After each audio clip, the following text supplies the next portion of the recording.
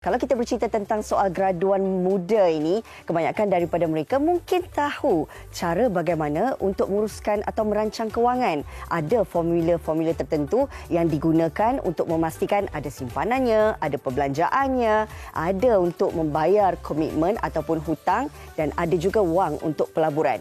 Tetapi adakah anda dalam kalangan graduan yang sebenarnya tidak ada sebarang formula, hanya membelanjakan wang mengikut sesuka hati? Apa yang kita risaukan, takut nanti tidak ada simpanan dan membebankan diri sendiri.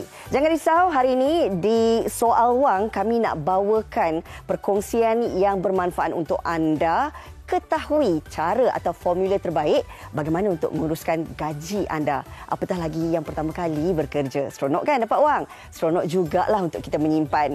Untuk bercerita lebih lanjut, ini dia saya nak perkenalkan tetamu istimewa kita pada hari ini, Cik Afian Mat Rawi, merupakan perunding kewangan kita. Terima kasih bersama kami pagi-pagi ini. Pagi Jumaat kita nak cerita satu ilmu yang bermanfaat pagi ini berkenaan dengan formula gaji untuk mereka yang mula bekerja. Baik. Pengalaman saya percaya Cik Afian ada pengalaman, saya juga punya pengalaman sendiri. Waktu dulu mungkin kita tidak ada sebarang formula tertentu. Kita berdasarkan kepada apa yang perlu kita utamakan. Tetapi kalau kita dengar pandangan orang muda tadi, boleh digambarkan sebagai satu yang cukup mengagumkanlah. Ada yang ibu bapa mereka ajar untuk menggunakan Excel untuk menyusun gaji mengikut formula 30%, 30%, 20%, 10%. Sangat-sangat membanggakan. Tetapi hari ini bagi mereka yang mungkin tidak tahu lagi formula terbaik, kita nak kongsikan hari ini. InsyaAllah, boleh. Cuma di permulaannya, boleh tak kalau kita kabarkan kepada mereka, kenapa penting sebenarnya kita rancang, kita urus kewangan kita, sebaik saja kita dapat gaji. Okey, baik. Cik ingat tak masa mula-mula dapat gaji dulu? Ya. Rasa banyak tak masa mula kali pertama dapat gaji, lepas grad kerja dekat sini kan, ataupun kerja kat tempat lain lah? Ya. Rasa banyak tak masa banyak. tu? Kan, rasa banyak. Kita akan rasa masa gaji pertama tu, kita rasa cukup banyak. Betul. Tak kira lah berapa. Contohlah kalau macam sekarang kan, tanya budak-budak yang dapat gaji minimum contoh 1,500, 2,000. Dia akan kata gaji tu banyak. Betul. Sebab apa dia rasa banyak? Sebab itu kali pertama. Yes, tepat sekali. Sebab dia tak pernah rasa gaji sebanyak tu. Sebelum tu dia belajar kan, belajar di universiti, belajar di kolej, dapat duit daripada PTPTN, dapat daripada Fama, Father and Mother kan. Mungkin tak sebanyak itu. Jadi selepas grad, selepas bekerja, sebaik saja terima saja gaji yang pertama 1,500. Mereka rasa 1,500 tu cukup banyak. Oh, banyak kan? betul. 2,000 tu cukup banyak. 2,500 tu cukup banyak. Betul. Soalannya, berapa lama kita rasa duit tu banyak? Macam tak lama je. Tak lama kan? Betul. Kita akan rasa tak lama. Sebab kalau saya kendalikan program-program macam ni, kepada para peserta, ada cakap sebulan, ada cakap 2-3 bulan, ada cakap setahun. Dan kenapa isunya sekarang ialah kenapa benda tu berlaku? Sebelum dapat duit 1,500, 2,000, kita rasa duit tu banyak. Betul. Tapi sebaik pada kita dapat, kita akan rasa duit tu sikit. Dan lepas kita rasa sikit, apa kita buat? Kita akan buat part time, mungkin kita buat bisnes kecil-kecilan, kita berniaga ni supaya gaji kita lagi banyaklah daripada 1,500 naik kepada 2,000. Dari 2,000 naik kepada 2,500, 2,500 naik kepada 3,000. Dan masa kita dapat gaji 1,500, kita rasa gaji 2,000 tu banyak. Betul tak? Betul. Kan? Tapi sebaik saja kita dapat gaji 2,000, rasa banyak tak? Biasa. Kita akan rasa balik. Ya, kan? sama. Balik. Benda tu akan berulang. Naiklah jadi 3,000. Mula-mula sebelum dapat gaji 3,000, kita akan rasa, banyak kalau gaji aku 3,000 ni. Tapi sebaik saja dapat gaji 3,000, kita akan rasa, tak banyaklah 3,000. Dan itulah berulang. Dan akhir sekali sebenarnya kita terperangkap dalam apa istilahnya ialah rat race, perlombaan tikus. Nanti tikus kalau dalam amal ni, kan tikus dalam satu golongan besar ni lah kan. Tikus tu lagi. Laju tak tikus tu lagi? Laju. Lagi sangat laju. Tapi bergerak tak? Dia berada di takut yang sama. Betul. Itu yang banyak berlaku di kalangan orang kita. Daripada muda dia kerja, naik gaji bertambah. Dan kemudian bertambah-tambah sampailah ke pencen. Tapi masalah keuangan, masa mula-mula gaji kecil tu tetap berlaku ketika gaji besar. Masa gaji kecil, duit tak cukup hujung bulan, tak cukup duit nak saving, tak boleh nak ambil takaful, tak mampu nak menyimpan. Masa gaji 2,000 pun sama juga. Masa gaji 3,000, 4,000 sama juga. Sampailah ke pencen, benda sama berlaku. Okey, benda yang sama berlaku ni pastinya kita tidak mahu ia berlaku. Betul. Berulang kali terjadi lagi dan kita nak sedarkan golongan ataupun para graduan di luar sana. Apa sebenarnya keutamaan yang perlu mereka fikirkan saat menerima gaji? Seronok dapat gaji banyak, tapi kita tak nak rasa gaji yang banyak tu semakin sedikit, semakin kurang. Apakah keutamaan yang perlu mereka fokuskan? Dia sebenarnya bukannya gaji makin sikit tau. 1,500 tak dapat 1,500 kan? Betul. Jadi dia sikit sebenarnya ialah bermula kat sini. bermula pada mindset kita sebenarnya. Itu benda pertama yang kena ubah ialah mindset kita, cara fikir kita terhadap gaji kita, terhadap kewangan kita. Sebab sekarang ni ramai orang kita bila terima duit gaji, dia akan terfikir nak belanja. Betul? Dah tentu kena belanja. Betul, kan? Dia terfikir nak beli kereta. Betul. Kan? Banyak sebenarnya impian angan-angan. Kopi ni dan sebagainya kan. Baru ni viral ada seorang mamat ni share dekat Twitter, hari-hari dia minum kopi. So bila dia kira, ya Allah, 500-600 hanya untuk minum kopi. Itu gaya hidup yang dipilih. Yes. Masalah sekarang ialah kita banyak habis duit dekat lifestyle, dekat gaya hidup. Itu yang jadi masalah. Yeah. Dan lifestyle kita dipengaruhi pula oleh orang sekeliling kita. Oleh kawan-kawan sekerja kita. Kan? Oleh media sosial. Oleh TikTok, Facebook dan sebagainya. Yeah. Yang akhir sekali menjerat diri kita. Dan buktinya apa? Benda ni sebenarnya bukan baru berlaku tau. Yeah. Buktinya apa? Contoh macam baru ni kan. Ramai orang desak nak keluarkan kode SP. Sebab apa? Sebab selama tak menyimpan. Sebab masalah kewangan ni bukan sebab tak cukup duit. Okay. Sebabnya ialah tak betul dari sudut mindset, cara fikir tu. Sebab cara fikir itulah yang membawa kepada tabiat. Bawa kepada tabiat tak menyimpan, suka belanja mewah, beli kereta tu, beli tu, beli ni. Dan akhir sekali hujung bulan tak cukup duit. Hujung bulan habis gaji. Sebab apa yang berlaku selepas grad tu, kan, untuk budak-budak muda ni sebenarnya, benda yang sama berlaku ketika dia belajar. Ketika belajar mungkin dapat duit daripada PTPTN, dapat duit daripada beasiswa, Fama dan sebagainya, father and mother. Yeah. Dan masa tu dia orang dah tabiat yang sama dibawa ke lepas masa alam pekerjaan. Contoh, masa dapat duit beasiswa. Masa semester awal semester belanja sakan. Kan beli tu beli ni, beli gadget, beli laptop, beli tu beli ni. Yeah. Akhir sekali hujung-hujung semester makan Maggi. Kan? Lalu memang masa saya belajar pun macam tu lah, saya tahu. Situasi itu berlaku sebenarnya. Yes, itu realitinya. Tindakan-tindakan itu adalah berpunca daripada tabiat. Dan tabiat itu asalnya ialah daripada cara fikir. Okay. Macam tadi ada awal-awal ada dalam VT tadi kan, ada seorang anak muda perempuan tu dia kata dia dah susun kewangan. Saya terkejut juga kan. Macam impress lah budak muda ni. Dia kata dah 40% untuk ni, 20% untuk ni. Rupa-rupanya dalam VT yang kedua dia bagi tahu mak ayah dia yang didik. Nampak tak? Betul. Betapa pentingnya cara fikir tadi bermula apabila ada didikan yang betul oleh parent, oleh ibu bapa. Baik, bila serta tentang mindset ataupun cara fikiran, ini sebenarnya memang kita tak boleh ubah. Kalau itu asalnya, bak kata Cik Afian sebentar tadi, gaya hidup itu memainkan peranan. Memang kalau boleh, kita mahukan gaya hidup yang selesa. Tetapi tidaklah sampai perbelanjaan kita melebihi daripada pendapatan ataupun gaji kita. Situasi ini yang selalu dihadapi oleh golongan graduan di mana perbelanjaan lebih dari pendapatan. Bagaimana tu Cik Afian? Yes. So, jadi, dari sudut asalnya ialah kena ubah mindset, cara fikir. So, bila dah ubah cara fikir, barulah boleh ubah tindakan. Contohlah, katalah sekarang ni kita dah mengalami masalah kewangan. Okey. Kan? Dah mengalami masalah kewangan, so kita target, okey, aku tak nak dah berlaku masalah kewangan ni. So, aku kena pastikan kalau selama ni perbelanjaan kita melebihi daripada pendapatan, so kena ubah. Kan? So, sebelum ubah tindakan tu, kena ubah cara fikir tu. Baik. So, bila ubah cara fikir, baru kita boleh ubah. Contoh, kita dah tak belanja dekat kedai-kedai kopi mewah, kan? Dah tak enjoy ujung minggu dan sebagainya. Okey, saya suka sangat bila kata kita kena ubah cara fikiran, betul. Baru kita boleh ubah tindakan. Yes. Jadi, kalau kita bercerita, mungkin gambaran itu tidak jelas. Tapi hari ini saya nak jemput Cik Afian untuk kita ke set kita ini di Plasma ini, bagi kita melihat sendiri bagaimana cara terbaik kita nak susun, kita nak cari formula paling mudah untuk anda yang mula bekerja. Okey. Ini kita dah sentuh tadi tentang kita nak rancang kewangan, kita nak ubah kehidupan melalui ubah tindakan dan mindset. Yes, tepat. Seterusnya, apakah mungkin formulanya? Okey. Baik. Ini formula simple je. Budak sekolah rendah pun boleh fahamlah. Okay. Income tolak mungkin expenses. Boleh dipakai. Okey. Sini Okey. Okey. Income, pendapatan, tolak expenses, perbelanjaan. Dapatlah lebihan. Simple je. Kena pastikan income kita dengan expenses, pastikan expenses tak melebihi income. Itu paling simple, kan? Yang kedua, dalam masa sama kita kena jaga aset dan juga liability.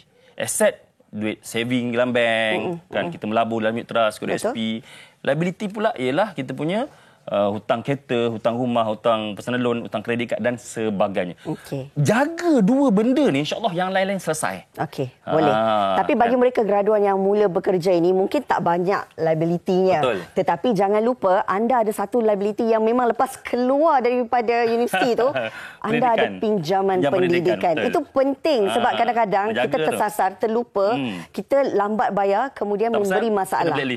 Lama, sedih dengar. Saya pun pernah kena. Ya, ini pengalaman lah kan. Kita nak cerita untuk adik-adik kita di yang sedang menonton ketika ini cara terbaik sebenarnya. Okey, teruskan Cik Afian. Ini dia formula yang sepatutnya daripada awal-awal kita bekerja, kita dah gunakan formula ni. Okey. Baik. Ini ialah duit gaji kita sorry. Duit gaji. Okey. Tekan pen tu. Baik. Okey. Baik. Inilah duit gaji kita. Okey. Duit gaji kita 100%. Baik. Okay. Daripada 100% duit gaji ni, kita pastikan untuk bayaran hutang jangan lebih 30%. Hutang. Mana kata bayar hutang kereta, hutang personal loan, hutang kredit kad. Maknanya tak berhutang lagi bagus. Yang terbaik bagus. tak berhutang. Kan? Tapi akan ada lah kan, keperluan untuk kita berhutang dua perkara. Iaitu bagi saya dua je. Kan? Rumah dan kereta. Kenapa saya sebut rumah dulu, tak sebut kereta? Saya tahu anak muda akan beli kereta dulu. Betul. Tapi tolonglah, dahulukanlah untuk beli rumah. Sebab kalau dah start beli kereta, nanti dia akan bawa, susah nak beli rumah akan datang. Kalau nak juga kereta, belilah yang maksimum harga kereta kita nak beli, jangan lebih 12 bulan gaji kita. Okey. So kalau gaji kita 2,000 sebulan, jangan lebih 24,000. Itu rules paling mudah. Baik. 30% untuk bayar hutang. Kemudian 30% lagi adalah untuk isi rumah. Makan, minum. Kalau bujang ni tak ada sekolah anak tu. Tak ada. Makan, kalau bujang, makan minum je kot. Sewa rumah. Yes, pengangkutan lah. Pengangkutan. Mana saya cadangkan untuk anak muda, jangan lagi beli kereta. Gunakan dulu transport awam yang ada. Tak ada masalah sebenarnya. Uruskan masa sebaik mungkin. Sebab kereta ni nak bergerak daripada titik A ke titik B tu je. Yang jadi masalah anak muda ni, kan nak beli kereta, contohlah dah gaji 2,000 setengah. Beli kereta bangsa H, kan nak beli kereta besar. Bangsa. Kan? Sebab jadi harga kereta tu melebihi 12 bulan gaji. Saya ambil contohlah, pernah dengar kisah Khairul Amin, kan selebriti yang ada jualan je 7 juta setahun. Dia pakai kereta apa? Pakai kereta Beza je. Kan? Kereta yang jualan seminggu dah boleh cover dah bayaran harga kereta tu. Jadi, sebab dia tidak memikirkan gaya hidup yang tinggi. Betul, itu. Kan? Itu yang patut dicontohi sebenarnya. Dan sebaiknya kita kena ada lebihan surplus 30%.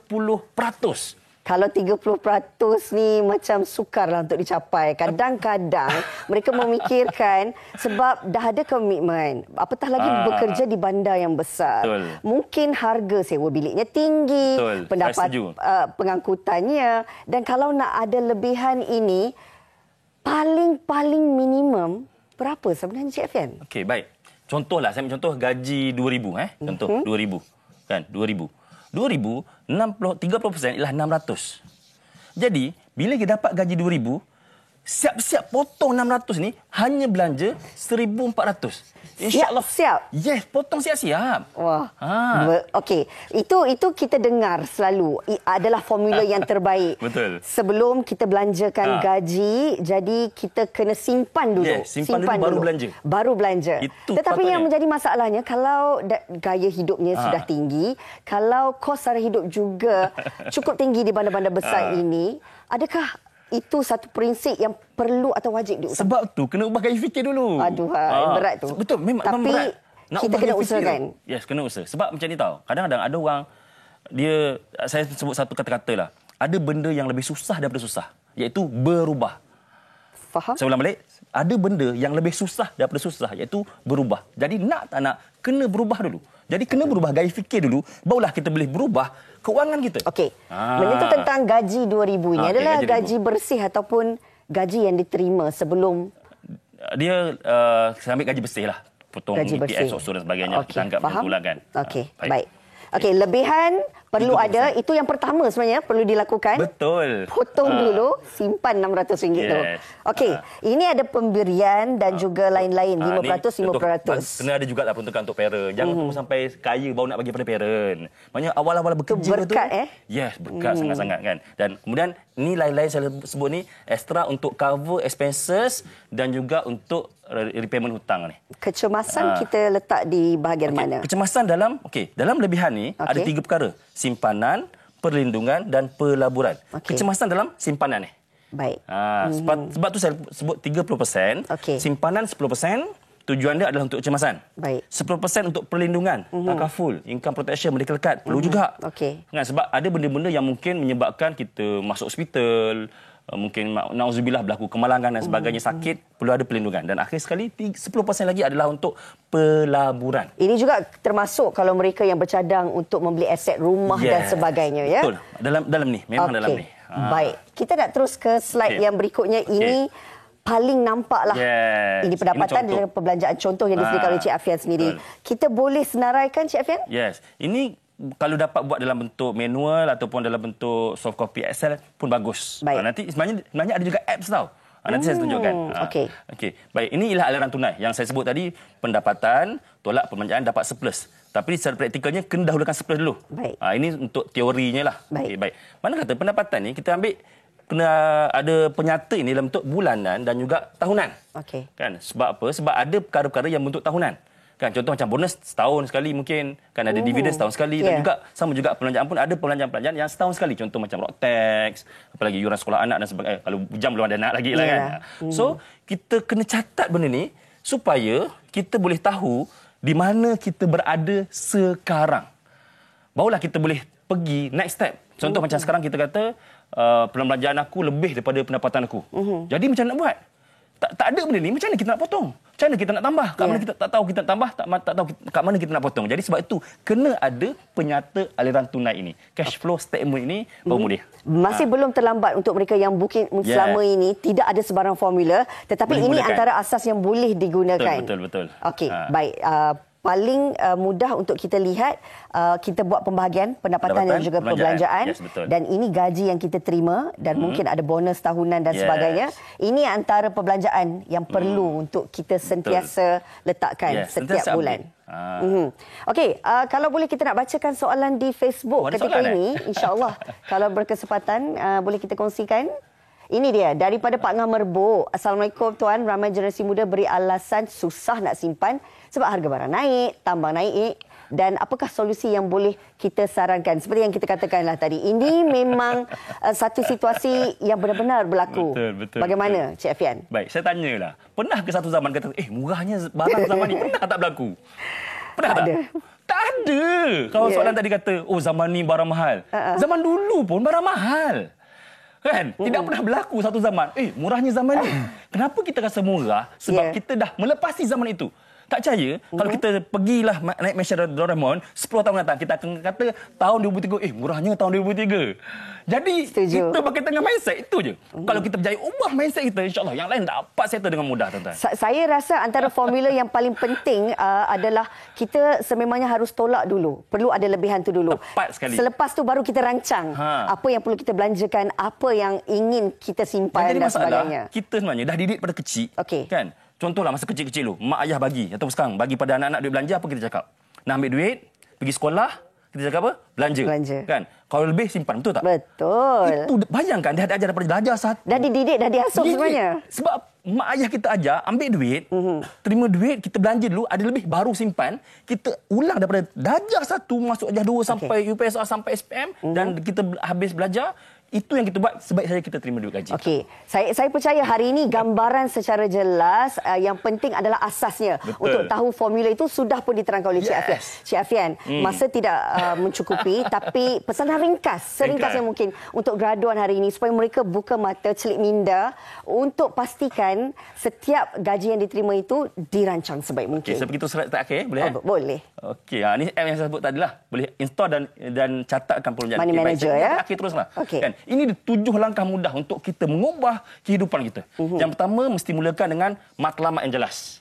Kena ada. Yang kedua, kesedaran untuk berubah. Yang ni yang saya sebutkan panjang lebar tadi, kesedaran untuk berubah. Mindset penting. Mindset tu. Dan nak tak nak, kena ada mindset dan habit yang betul. Baik. Kena baca banyak buku, datang belajar untuk ubah ni. Okey. Kemudian, bila dah ada benda ni, barulah kita boleh buat pelan tindakan. Nak buat apa selepas ini, nak buat apa selepas ini. Dan dalam pelan tu mesti ada tingkatkan pendapatan dan juga kawal perbelanjaan. Bila kita berjaya tingkatkan pendapatan tapi tak berjaya kawal, tak jadi juga. So, bila berjaya tingkatkan pendapatan, kawal perbelanjaan, maka kita akan ada duit lebihan. Duit lebihan ni kita boleh bina aset, simpan dan labur. Akhir sekali, kita boleh pertahankan money mission kita melalui cukai, zakat dan sebagainya. Itulah dia 7 langkah penting untuk membina, untuk membaiki kewangan kita. 7 langkah penting, 7 langkah mudah juga. Kalau anda ubah mindset anda boleh ubah tindakan anda. Cik Afian, terima kasih banyak-banyak untuk ilmu yang sangat bermanfaat ini untuk sedangkan saya juga. Alhamdulillah. Dan pastinya untuk anda di luar sana.